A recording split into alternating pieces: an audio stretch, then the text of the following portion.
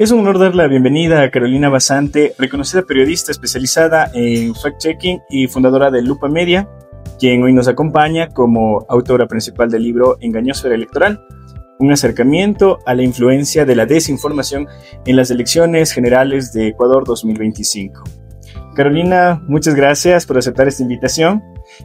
Su obra desarrollada junto a Andrés Jaramillo y Alfredo Velasco representa una contribución fundamental para comprender el fenómeno de la desinformación política en el contexto ecuatoriano y latinoamericano.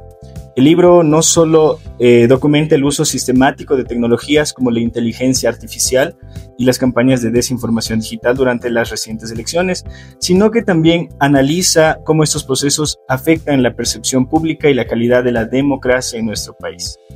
Para iniciar nuestra conversación y adentrarnos en un tema clave, las elecciones electorales del año 2025, me gustaría preguntarle lo siguiente. Ahora que las elecciones ya concluyeron, ¿cómo evaluaría el impacto de la posverdad en el resultado electoral? Bueno, qué gusto estar en este espacio, Stalin, muchas gracias.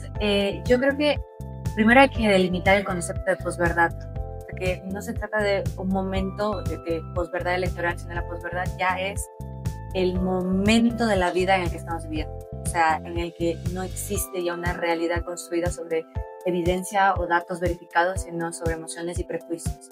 Y eso se acentúa en procesos como las elecciones, evidentemente porque se dice que son el caldo de cultivo de la desinformación, en el que abundan aún más nuestros prejuicios, nuestros sesgos frente a temas políticos, ¿no? que generan muchísimas emociones. Entonces, evidentemente, cuando hablamos de la desinformación electoral, que es justamente lo que nosotros hemos querido plasmar dentro del libro de Engañosfera Electoral junto a Andrés y junto a Alfredo, es fundamental que entendamos los factores que vienen, ¿no? Los procesos electorales siempre tienen una carga de desinformación muy alta. La diferencia está en que nosotros en 2025 llegamos en un punto en el que teníamos una democratización de la tecnología tal que era muy al alcance, generación de deepfakes con un costo muy barato y de forma muy sofisticada, ¿no? Que permitió que haya muchísimo más contenido también desinformativo. ¿O algún caso específico de desinformación o fake news que haya marcado la campaña y que aún preocupe a la opinión pública? Nosotros identificamos 4 narrativas desinformativas durante la campaña. Tenían que ver con el tema de migración, con el tema de seguridad y narcotráfico. El otro de estos fue el tema de dolarización y desdolarización y la narrativa de fraude electoral, que eso es una constante en todos los procesos.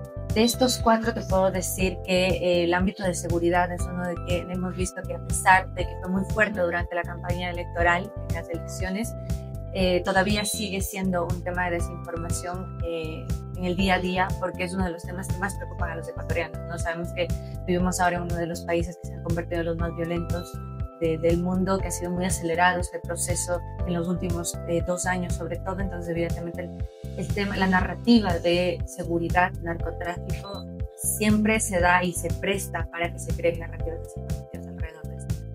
Perfecto. ¿Por qué crees que las autoridades electorales y las plataformas digitales no lograron detener estas campañas de desinformación?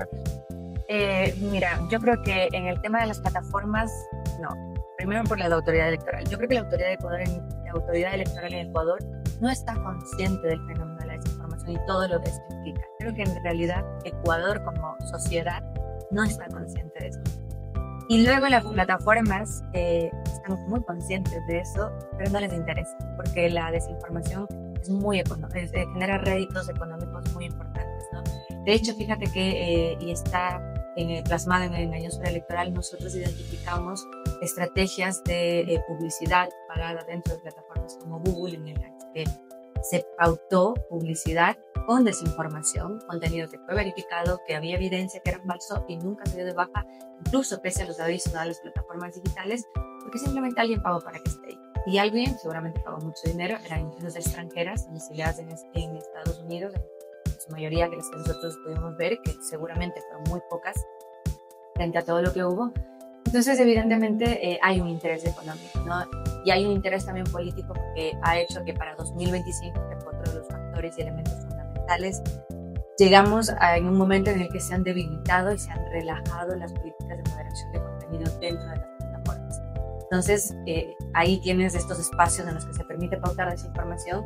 Eso en Google. En Meta también identificamos casos de plataformas y medios o plataformas digitales que se reconocen como medios que se crearon meses antes de las campañas como estrategia. Sabemos que evidentemente se crearon justamente para generar este contenido desinformativo y pautaban solamente desinformación.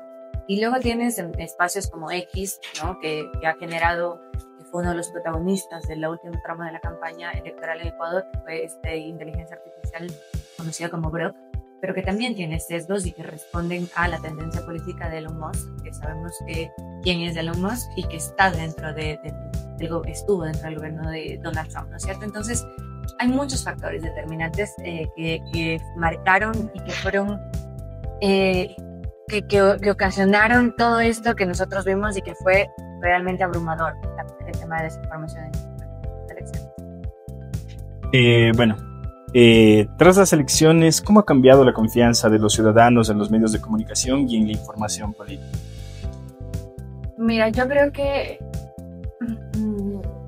hay una crisis de credibilidad respecto a los medios de comunicación, no solamente en Ecuador, sino en el mundo. Hace poquito se publicó el Digital News Report 2025 del Instituto Reuters de Oxford, que estudian en todo el mundo el tema de los ecosistemas de medios de comunicación.